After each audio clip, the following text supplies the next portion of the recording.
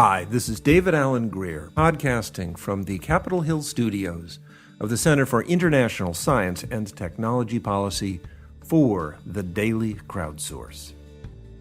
Today, our subject is going to be crowd quality, how you get good work out of all those workers who are taking part in your crowd process.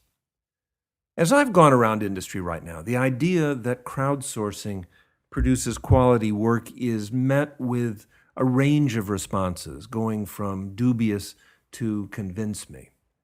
I think over the long haul, there's a great deal of promise for it. Yet, at the same time, we need to build that reputation for quality work. Some of you may not remember, in fact, I think most of you don't remember, because I only vaguely remember this, that once the phrase "made in Japan" was not a sign of quality. If anything, it was a sign of dubious and modest work, perhaps done quickly, always done cheaply. And you got a group of people, Walter Schuhart, W. Edwards Deming, Jura, who worked in Japan to build quality manufacturing methods and to build processes that would produce good work. When we look at crowdsourcing, we're going to ultimately have to use similar sorts of methods to produce quality work. The Schuhart cycle, which all of you know, it's a very common part of management.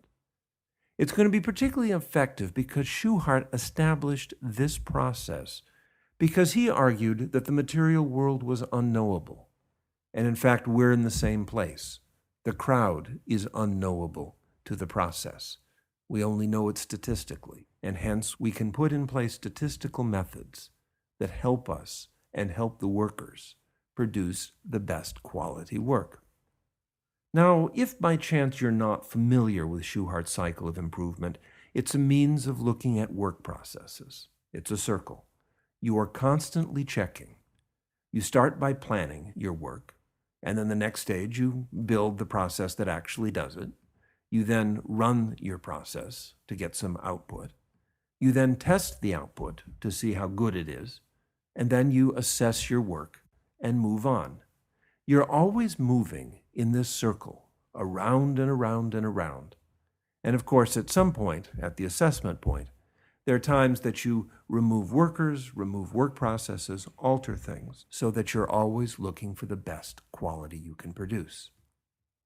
Well, the traditional effect in manufacturing and other processes is to eliminate low-quality work. If you have a bell curve, for example, that represents the quality of work done by different people, that most are in the middle, a few do really well, a few do quite badly. The idea is that Schuhart's cycle will eliminate the low-quality work, just lop it off. We'd like to think that in this process, in the work done by crowdsourcing organizations, we can take a little more idealistic goal. And being idealistic, of course, we have to be prepared to be a bit disappointed. But can we shift the quality of work and quality of workers? Can we take them and see them all improve their ability to work? This can be done, at least to some extent, and it's going to involve a number of processes. Educational processes are one, where the organization managing the crowd process provides materials, guidance, help to help people be better workers, to have more skill, to do better what they're trying to do. Part of it, I think, will also involve building communities and helping them educate themselves about the quality of the work. So what's our ultimate goal? Obviously, to make crowd-made as recognizable and as fine a reputation as made in Japan. It's going to take some effort. It's not going to be straightforward. But nonetheless, it's doable and it's part of the promise of crowdsourcing. Because in doing it, in applying the tools that we have, we can not only improve the quality of work, we can help build skill in our workers and hopefully lead them to stronger and better careers. This has been David Alan Grier, podcasting from the Capitol Hill studios of the Center for International Science and Technology Policy. This is podcast number 27. And it's been good talking with you. Catch you next time.